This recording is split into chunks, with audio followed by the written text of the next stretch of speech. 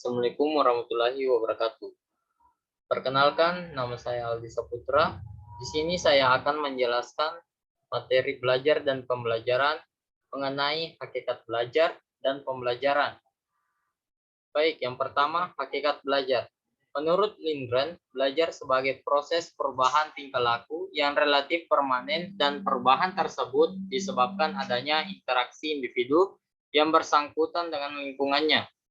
Yang kedua, Heinrich mengatakan bahwa belajar adalah proses aktivitas pengembangan pengetahuan, keterampilan atau sikap sebagai interaksi seseorang dengan informasi dan lingkungannya, sehingga dalam proses belajar diperlukan pemilihan, penyusunan dan penyampaian informasi dalam lingkungan yang sesuai dan melalui interaksi pelajar dengan lingkungannya. Gridler juga menekankan pengaruh lingkungan yang sangat kuat dalam proses belajar. Studi belajar bukanlah sekedar latihan akademik.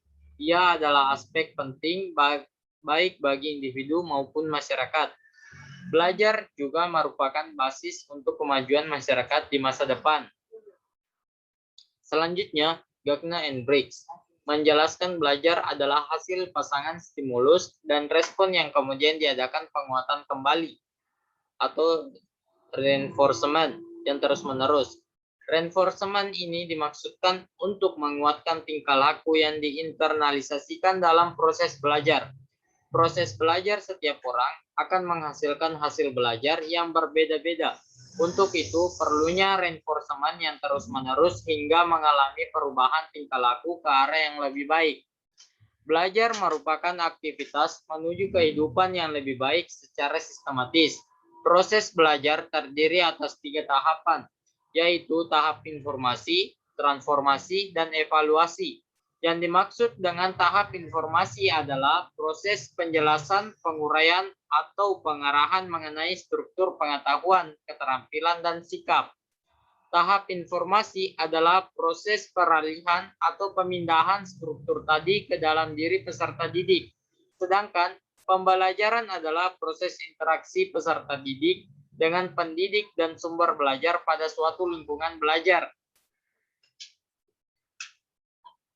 Adapun pengertian dari belajar yang lainnya, yaitu belajar merupakan kegiatan yang dilakukan dengan sengaja atau tidak sengaja oleh setiap individu sehingga terjadi perubahan dari yang tidak tahu menjadi tahu, dari yang tidak bisa berjalan menjadi berjalan, tidak bisa membaca menjadi bisa membaca, dan sebagainya. Belajar adalah suatu proses perubahan individu yang berinteraksi dengan lingkungan sekitarnya ke arah yang baik maupun tidak baik. Adapun klasifikasi hasil belajar menurut Benjamin Bloom. Ranah kognitif berkenan dengan hasil belajar intelektual yang terdiri dari 6 aspek yang meliputi pengetahuan, pemahaman, aplikasi, analisis, sintesis, dan evaluasi. Dan adapun ranah afektif yang berkenan dengan sikap yang terdiri dari 5 aspek yang meliputi penerimaan, jawaban, penilaian, organisasi, dan internalisasi.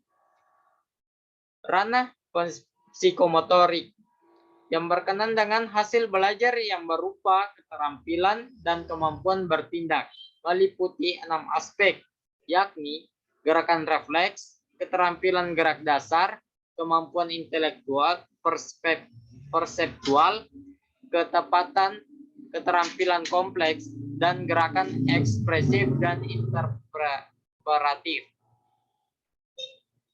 Dan hakikat pembelajaran. Pengertian pembelajaran tidak terlepas dari pengertian belajar. Belajar dan pembelajaran menjadi satu rangkaian kegiatan yang tidak dapat dipisahkan. Hasil dari belajar menjadi model dalam proses pembelajaran selanjutnya. Pembelajaran berarti kegiatan belajar yang dilakukan oleh pelajar dan guru. Proses belajar menjadi satu sistem dalam pembelajaran. Sistem pembelajaran terdiri dari beberapa komponen yang saling berinteraksi hingga diperoleh interaksi yang afektif. Dick and Carey menjelaskan komponen dalam sistem pembelajaran adalah pelajar, instruktur atau guru, bahan pembelajaran, dan lingkungan pembelajaran. Dengan kata lain, komponen dalam pembelajaran merupakan upaya menciptakan kondisi lingkungan eksternal yang konduktif agar terjadi proses belajar atau kondisi internal pada diri siswa atau pelajar. Pembelajaran akan berhasil guna dan berjalan secara efektif bila dalam perancangan dan pengembangan bertitik tolak pada karakteristik pelajar, mata pelajaran dan pedoman pada kompetensi dasar, tujuan pembelajaran yang telah ditetapkan atau indikator keberhasilan belajar. Belajar akan berhasil jika pelajar atau siswa secara aktif melakukan sendiri proses belajar melalui berinteraksi dengan sumber belajar, sedangkan pembelajaran itu sendiri merupakan suatu sistem yang membantu individu belajar dan berinteraksi dengan sumber belajar dan lingkungan. Adapun strategi pembelajaran, pendekatan atau sistem pembelajaran menjadi konteks dalam penulisan ini sebagaimana Dick dan Carey menjelaskan. Dalam sistem pembelajaran terdapat juga strategi pembelajaran yang terdiri dari 5 komponen, yaitu A. Aktivitas pra-pembelajaran, meliputi pemberi motivasi, gambaran tujuan pembelajaran, dan menginformasikan keterampilan. Dan B. Presentasi pembelajaran bagian dari inti, meliputi tahapan pembelajaran, materi, dan contoh. Dan C. Melibatkan partisipasi siswa dalam pembelajaran, meliputi praktek dan pemberian umpan balik. Dan D. Melakukan penilaian, meliputi tes awal dan tes akhir. E. Aktivitas lanjutan, meliputi pengulangan dan penyampaian kesimpulan. Adapun proses belajar dan pembelajaran bukanlah sesuatu yang mudah dilaksanakan tanpa ada teori-teori yang mendukung untuk menjalankannya.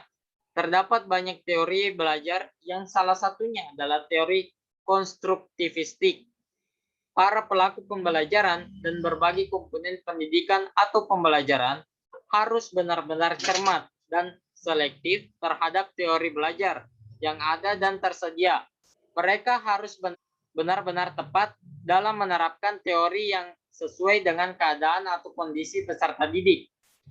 Jika salah dalam menerapkannya, maka sangat mungkin banyak pihak menjadi korban, apakah itu negara, institusi pendidikan, atau pelaku pembelajaran siswa.